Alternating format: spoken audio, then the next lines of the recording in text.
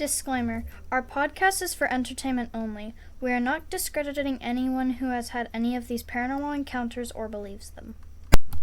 Hello, beautiful human beings. It's Mars and SJ with Undeniable Mysteries, a podcast where we find paranormal stories on the internet and we rate them on how believable they are to us. Our first category is cryptids, and our next cryptid is He Who. Do you get the reference? Do you get the reference? Unis No. Honest. Oh, yeah. Yeah. That's our But next. no, I'm just That's joking. our next cryptid, guys. I'm just joking, We're gonna alright. talk about it. No. What's our real next cryptid? It is state first. Oh, state and cryptid. Rhode Island. A bit of a, that's a bit of an R word. And then the name of our cryptid today is Vampire Mercy Brown. And earlier I thought it said Mercury because Mars didn't do Why are you even bringing that up? because you didn't do a good job on writing it, and it looks like Mercury. All right. So we got a vampire cryptid. I don't think this is a cryptid though. I don't know. Well, let's get into this. I know, but like if it's an actual vampire, I don't think it's a Let's sink our fangs into this. sink our fang. Do you mean? Our fangs, sink them in. I was thinking of an actual sink. Oh, no. Like sink, like S-A-N-K. Okay, anyway, so little backstory before we really get into it. I'm just reading it off the article. So in 1892, tuberculosis was the leading cause of death in the United States. Then known as consumption, its symptoms including fatigue, night sweats, and the coughing of white phlegm or even foamy blood. There was no cure or reliable treatment for tuberculosis. Physicians often recommended that a patient infected by the disease should rest, eat well, and exercise outdoors. And of course, these home remedies were rarely successful. People with active tuberculosis had an 80% chance of dying from the illness. So, the terror surrounding such a gruesome death helps explain the madness that befell the small town of Exeter, Rhode Island. I don't know if I'm saying that right. At the end of the 19th century, residents began to fear a vampire named Mercy Brown was causing consumption related deaths in the town, even though she was already dead from that same disease. Dun dun dun! Already, I'm not buying it. So, it all started when a farmer named George Brown lost his wife, Mary Eliza, to tuberculosis in 1884. 2 years after the death of his wife, his oldest daughter died of the same illness. Whoa. Before long, tragedy would strike the Brown family again. As the family members died one by one, people began to suspect that the reason was something far more sinister than a disease. All right. So, I don't think so. I never do this. I'm just already going into the fact that I don't think it's real. Okay, so Edwin, goodness gracious. It's like the chosen one, but Ed. He was the son of George Brown, and he was very healthy until he became seriously ill in 1891. He retreated to Colorado Springs in the hopes that he would recover in the better climate. However, he returned to Exeter in 1892 in an even worse state. The same year, his sister, Mercy Lena Brown, died from tuberculosis when she was just 19 years old. And then Edwin was deteriorating rapidly, and his father began to grow increasingly desperate.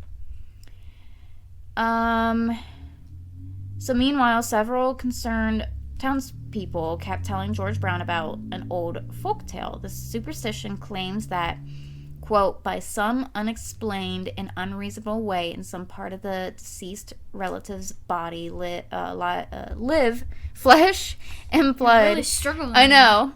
Might be found, which is supposed to feed on the living who are in feeble health. End quote. Basically, the myth claims that when members of the same family waste away from consumption, it might be because of the deceased is draining the life force from their living relatives. So that's how they get the whole vampire. I don't really believe it, but say what you want. What are you even I got sidetracked with something that I remember.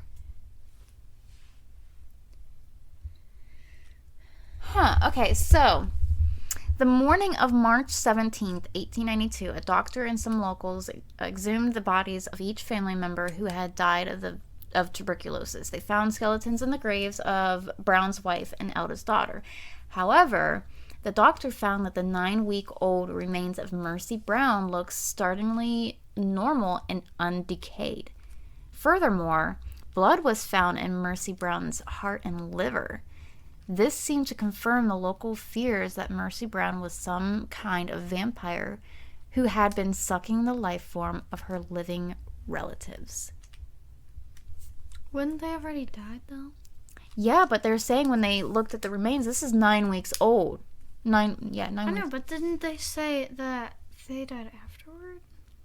Yeah, the people died after. Yeah. Meaning that this person that had already died was a vampire, came back to life, and was killing the family members. I still don't get it, because if you were a vampire and you did that, wouldn't it have already killed them? What? If you were a vampire Yeah. and you did, wouldn't it have already, killed the people when you do that? I don't know. I'm just going by what it is saying. I don't think what it's saying is true. Oh my goodness. Okay.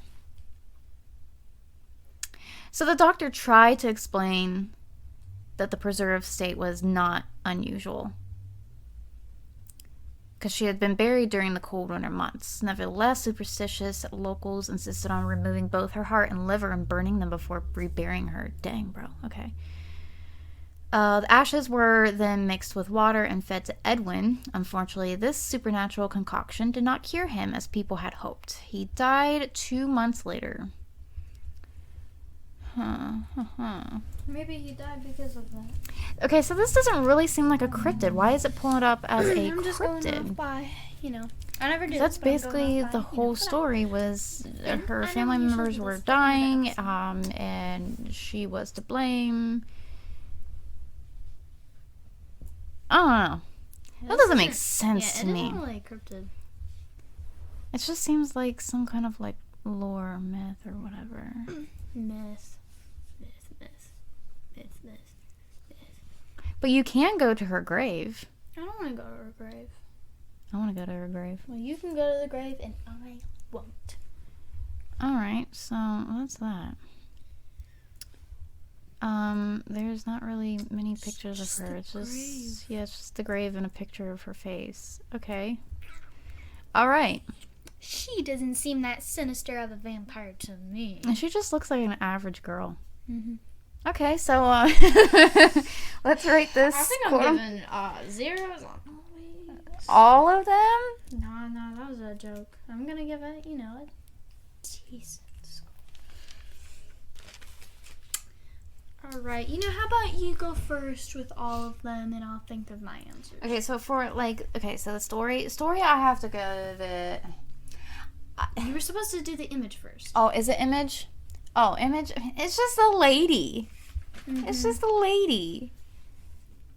I don't know. What do we give a lady? I'm just giving it. Are we going if it looks like a cryptid wise? No, because the image is supposed to be is it believable? And it's literally a lady. Well, then what do you say? I don't know. Just give it a 10. A 10? It's a lady. Why? Ladies are very believable. They exist here today. Well, so we're not going off by cryptid wise. What? Because I gave it a 0. Because it's... Would you... Okay. So they're saying that she's a vampire. Uh-huh. How believable do you think vampires are? 0. So if we're going on that aspect, I would give it a 5. Because I'm very torn if I really believe in vampires or not. Stories next. The one that you were trying to do first. Yeah. Story, I like the story. Story was very good. Give me an 8 on the story. Okay. I give it a 5. Because I like how, the people were going, the whole vampire route. Like, that was their, like, instead of being like, oh, no, it's just this disease, they're like, oh, no, it's the vampire. Like, I don't know. I like that whole story. Proof. There's no proof. So 0? 0, 0, 0. 18 is the final score. 18? Mm-hmm. I'm actually surprised by that. Actually, I shouldn't be surprised. All right. I thought it was going to be low on our list, but I mean, it is low, but not too low. Come on, pull up. Pull up. Pull up. Push up. Push up. Push it. No, push up. Okay, push so up, we pull are. Okay, so we are, it's towards the bottom. We're under the Slide Rock Bolter Momo, and we are above the Rougarou. I love the Rougarou. So that's where Vampire Mercy Brown is. Alright, okay, so this was just a unique, episode, I guess. I have something I was thinking in my head about the pull up and push up thing I was saying. If you guys know who Uno Saunus is, or Uno Saunus technically was, I was making up something in my head, which instead of like I made up in my head, push up, pull up, push up, pull up, and then that'd just be the intro, and I think it's funny. Ha ha ha ha. No one's laughing at my joke.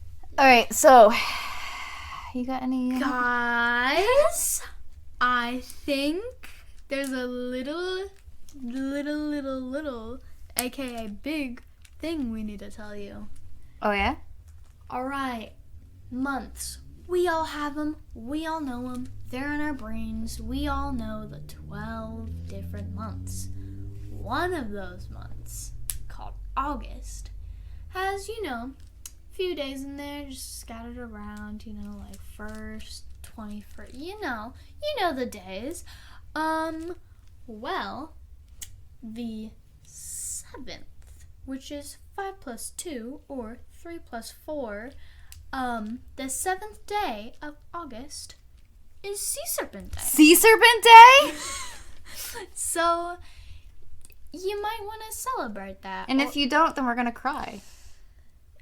You're going to make the squonk cry. Yeah, you're going to make the squonk cry. Don't make Squonky cry. That would be that nobody wants to make squonk cry.